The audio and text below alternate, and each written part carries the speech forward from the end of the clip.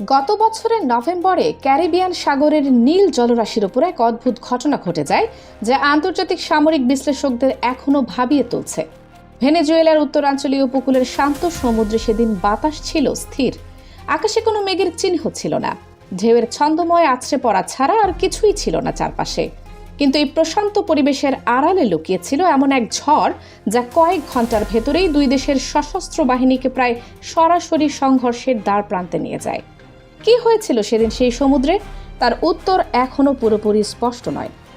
সকাল থেকেই আন্তর্জাতিক আকাশসীমায় টহল দিচ্ছিল ইসরায়েলি বিমান বাহিনীর দুটি অত্যাধুনিক F-16 যুদ্ধবিমান। এমন টহল খুবই স্বাভাবিক একটি বিষয়। বিশ্বের পরাশক্তিরা প্রায় এই অঞ্চলে নিজেদের সামরিক উপস্থিতি বজায় রাখে। বিশেষ করে আমেরিকা এবং তার মিত্ররা এই জলসীমায় নিয়মিত কার্যক্রম চালায়। ভেনেজুয়েলার এয়ার কমান্ড সেন্টারে তখন সব স্বাভাবিক। অপারেটররা নিয়মিত দায়িত্ব পালন করছিলেন এবং রাডারে সজাগ দৃষ্টি রেখেছিলেন। কিন্তু হঠাৎই সবকিছু পাল্টে যায়। রাডারে একটা অস্বাভাবিক সংকেত ধরা পড়ে, যা প্রথমে মনে হয় কোনো প্রযুক্তিগত সমস্যা, কিন্তু কয়েক মুহূর্তেই সংকেত শক্তিশালী হয়ে ওঠে। পর্দায় দেখা যায় কোনো বিশাল বস্তু সমুদ্রের উপর দিয়ে অবিশ্বাস্য গতিতে ভেনেজুয়েলার প্রধান সমুদ্র বন্দরের দিকে আসছে। রাডার অপারেটররা তৎক্ষণাৎ সতর্ক হয়ে ওঠেন। বারবার সংকেত পরীক্ষা করা হয়, ফিল্টার পরিবর্তন করা হয়, জুম বাড়ানো হয় এবং বিভিন্ন ফ্রিকোয়েন্সিতে স্ক্যান চালানো হয়। কিন্তু সবচেয়ে চিন্তার বিষয় ছিল বস্তুটির সঠিক আকৃতি নির্ধারণ করা যাচ্ছিল না। কখনো ছোট দেখাচ্ছিল, আবার পর মুহূর্তে অস্বাভাবিক বড় মনে হচ্ছিল। এই অনিশ্চয়তা নিজেই ছিল বিপদ সংকেত। প্রায় 10 মিনিট নিবিড় পর্যবেক্ষণের পর ভেনেজুয়েলার হাই কমান্ড নিশ্চিত হয় এটি কোনো মাছ ধরা নৌকা বা বাণিজ্যিক জাহাজ নয়। মেটালিক রিফ্লেকশন এবং সংকেতের প্যাটার্ন বলে দিচ্ছিল এটি একটি উন্নত প্রযুক্তির যুদ্ধ জাহাজ। আরও বিশ্লেষণে স্পষ্ট হয় এটি ইসরায়েলের অত্যাধুনিক রিসেফ শ্রেণীর যুদ্ধ জাহাজ। এই জাহাজ সম্পর্কে সামরিক বিশেষজ্ঞরা অনেক কিছুই জানেন। এটি মূলত আমেরিকান প্রযুক্তিতে নির্মিত এবং এর নির্মাণ ব্যয় প্রায় $2.5 থেকে $3 বিলিয়ন। এত বিশাল খরচের পেছনে অবশ্যই গুরুত্বপূর্ণ কৌশলগত উদ্দেশ্য আছে। এই যুদ্ধজাহাজ শত্রুপক্ষের যে কোনো সংকেত এবং যোগাযোগ নীরবে শনাক্ত করতে সক্ষম। এর রাডার 400 কিলোমিটার পরিধিতে যে কোনো লক্ষ্যে নিখুঁত নিশানা করতে পারে। এটি একই সাথে ব্যালিস্টিক মিসাইল এবং এয়ার টু এয়ার মিসাইল উৎক্ষেপণ করতে পারে।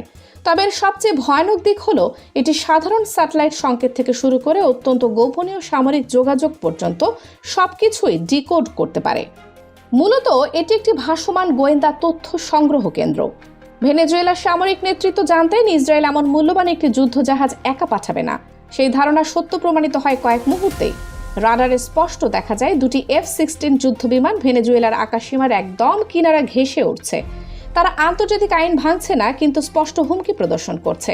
পুরো পরিস্থিতি বিশ্লেষণে নিশ্চিত হওয়া যায় এটি একটি সুপরিকল্পিত সমন্বিত সামরিক অভিযান। আকাশ এবং সমুদ্র উভয় দিক থেকে চাপ সৃষ্টি করা হচ্ছিল। এই অবস্থায় ভেনেজুয়েলার এয়ার কমান্ড তৎক্ষণাৎ সর্বোচ্চ সতর্কতা ঘোষণা করে। জরুরি নির্দেশ পাঠানো হয় দুটি MiG-29 এবং একটি সুখোই 30 যুদ্ধবিমানকে অবিলম্বে আকাশে ওঠার জন্য। মাত্র কয়েক মিনিটে 3টি যুদ্ধবিমান তীব্র গর্জন তুলে বন্দরের দিকে ছুটে যায়। MiG-29 পাঠানোর পেছনে সুনির্দিষ্ট কৌশল ছিল। ইসরায়েলের F-16 এর মোকাবেলায় এই রাশিয়ান বিমান যথেষ্ট সক্ষম। F-16 যেমন আমেরিকান প্রযুক্তির এক অসাধারণ নিদর্শন, তেমনি MiG-29 রাশিয়ান প্রকৌশলের এক শিকারী পাখি, যা আকাশে তার শ্রেষ্ঠত্ব বহুবার প্রমাণ করেছে। MiG-29 ঘন্টায় প্রায় 2500 কিলোমিটার গতিতে উঠতে পারে।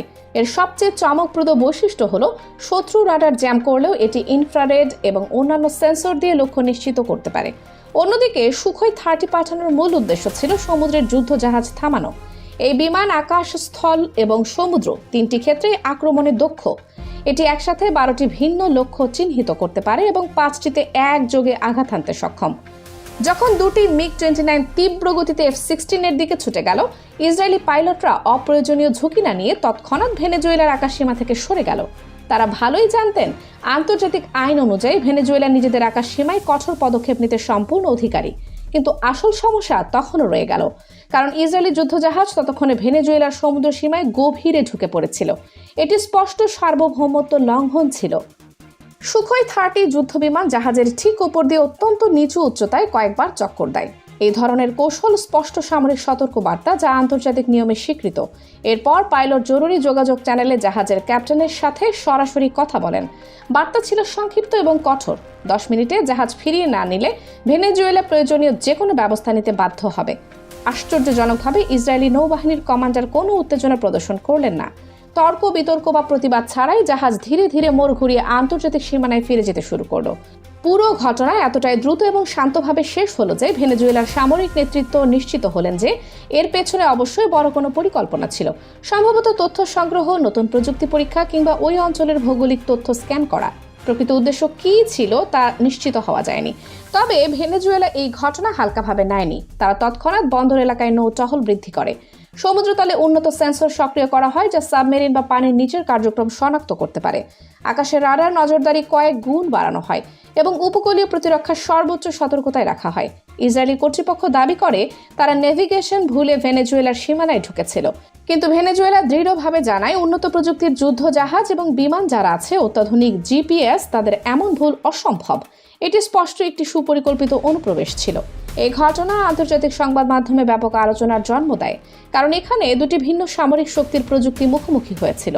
একদিকে রাশিয়ান প্রযুক্তির বিমান, অন্যদিকে আমেরিকান প্রযুক্তির যুদ্ধ জাহাজ। কেউই চায়নি পরিস্থিতি নিয়ন্ত্রণের বাইরে যাক এবং পূর্ণমাত্রার সংঘর্ষের রূপ নিক। তাই সবাই সংযত থেকে ঘটনা শেষ করে, কিন্তু রেখে যায় একটি বিশাল প্রশ্ন, যা এখনো মীমাংসা হয়নি। ইসরায়েল আসলে সেদিন ভেনেজুয়েলার সমুদ্র সীমায় কি খুঁজছিল এবং কেন তারা এত বড় ঝুঁকি নিয়ে এমন অভিযান চালিয়েছিল, যা আন্তর্জাতিক কূটনৈতিক সংকট তৈরি করতে পারত?